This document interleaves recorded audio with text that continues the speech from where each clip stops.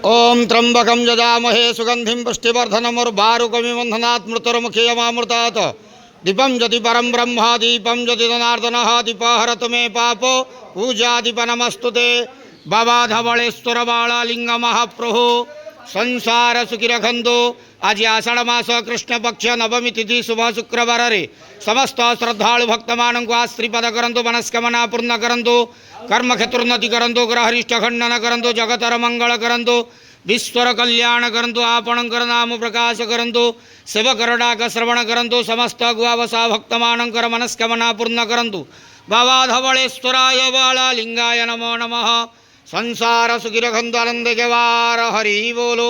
आज आषाढ़ मास कृष्ण पक्ष नवमी तिथि शुभ शुक्रवार रे समस्त श्रद्धालु भक्त मान को आश्रीपद करंतु आनंद के वार हरि बोलो।